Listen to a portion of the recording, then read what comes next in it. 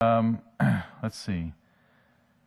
Okay. So kind of for me to summarize what I've heard today is that people are opposed to this project for a whole variety of reasons. And the biggest, the lightning rod for it, of course, is the Centennial Bridge. That one, more than any other thing I heard today from any number of opponents, really centers around that piece. But I heard a variety of other things. For instance, the potential loss of National Historic Landmark status. I heard about the loss of an opportunity to get the Alcazar Garden Meadow that was in the 1992 Precise Plan. I heard about grading impacts at garage or in any of these things. I heard about cost. I heard about people being too far away. I heard about the difficulty of traffic. I heard about traffic impacts to surrounding neighborhoods. I heard that there weren't enough cars being added in this proposal as compared to other opportunities.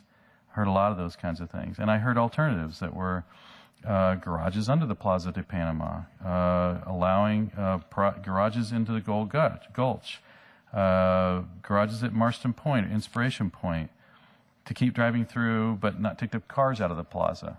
I've heard that. To close the bridge completely. These are all seem to be alternatives. And so it boils into a series of kind of do this or not kind of questions for me.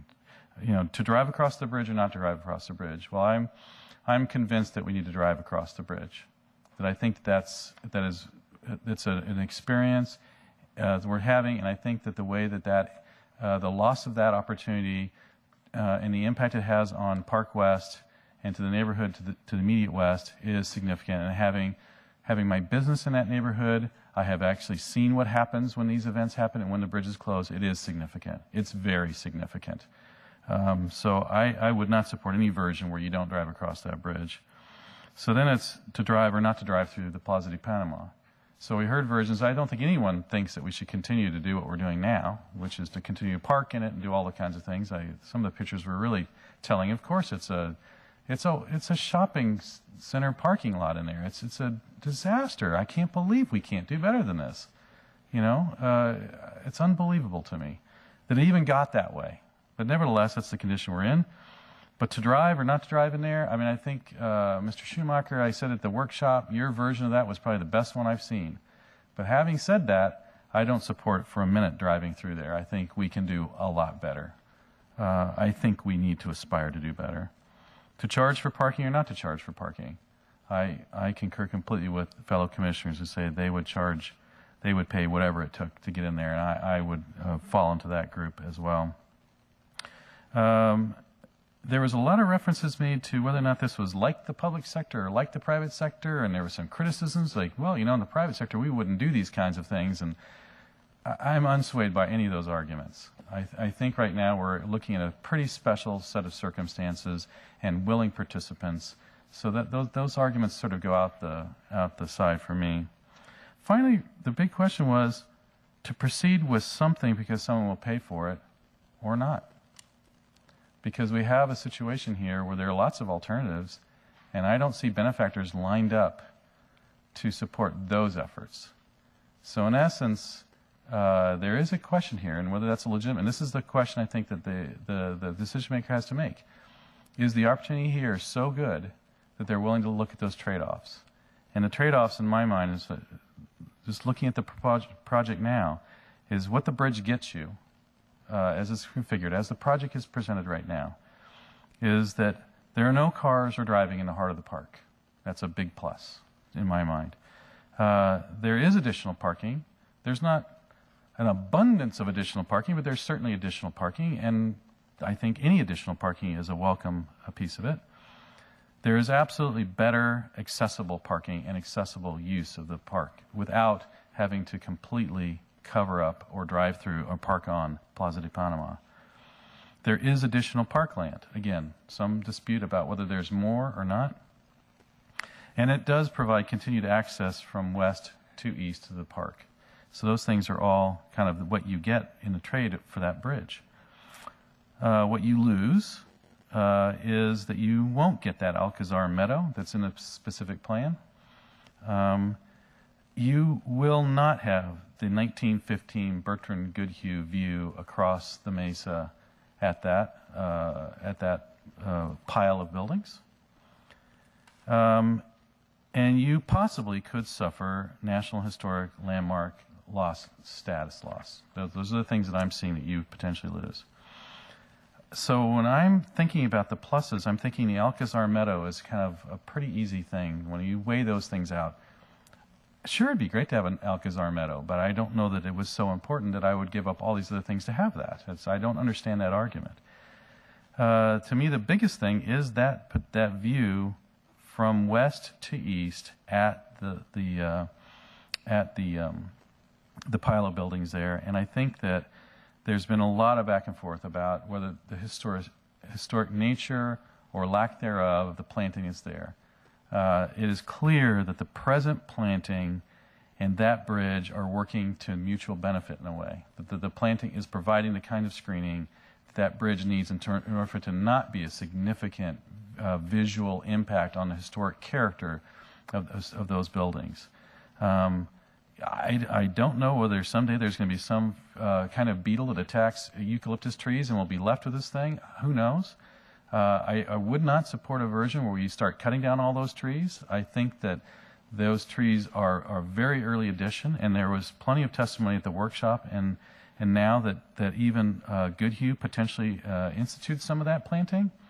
So seeing some of that and the long-standing relationship of that stand of trees, I think, is important. I would certainly not support mowing down those trees in order to see that pile of buildings better. I think those trees are a part of the experience and have been since my childhood. I can't speak about the National Historic Landmark status loss. I don't know about that. It seems, and trying to analyze that up here with the limited tools that I have, which is your public testimony, I find it incredibly difficult to imagine that we would lose National Historic Landmark status because of that Centennial Bridge. And I think if anybody in San Diego pursued it in a kind of spiteful effort to do that, they should be ashamed of themselves. So hopefully that's not happening, because the great preponderance of those buildings stay exactly as they are, and that's the important consideration here. So it is this issue of whether or not that trade-off is worth it. And I can, now looking at all those alternatives, parking remotely, driving, parking under the Plaza de Panama, none of those other alternatives to me seem as compelling as the alternative that we have in front of us. I have to reluctantly accept the Centennial Bridge in order to get all these other benefits. And I think that that's important. And I'm willing to trade those things off as my own personal views. I understand that people will walk out of here, some will walk out of here disappointed, and I understand and appreciate and respect your opinion about that. But when I analyze these things, and when I think about these things, the thing to me that's important is that you get so much for this.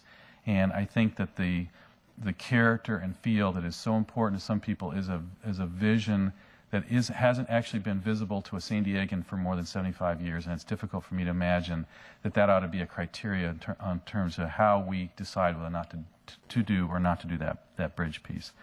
So I will be supporting the project as presented. I will urge the City Council to make the difficult decision, but the brave decision to step forward and do the right thing here.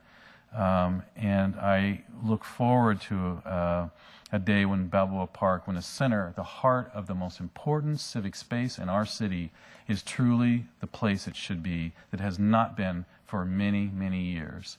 And I think that when we get there, people will be quite pleased with its outcome. There will be people who will be unhappy. I understand that. There is no perfect solution here. I said that at the workshop. I still believe that. But I will support the project.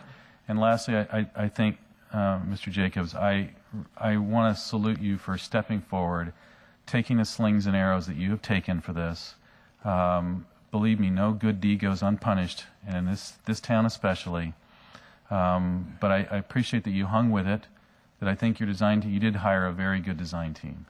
You have a very good group of people who are helping and assisting you make this happen. And I think that's really important. This park is incredibly important to all San Diegans.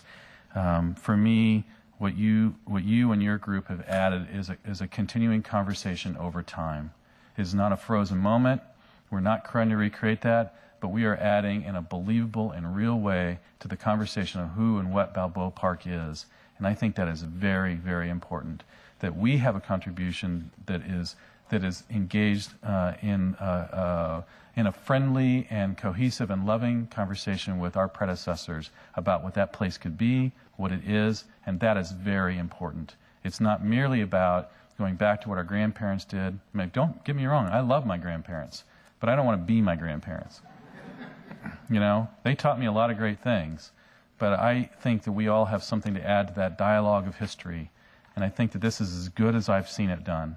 So I'm going to be an enthusiastic supporter. So with that, I don't know if someone wants to make a motion or other further comments.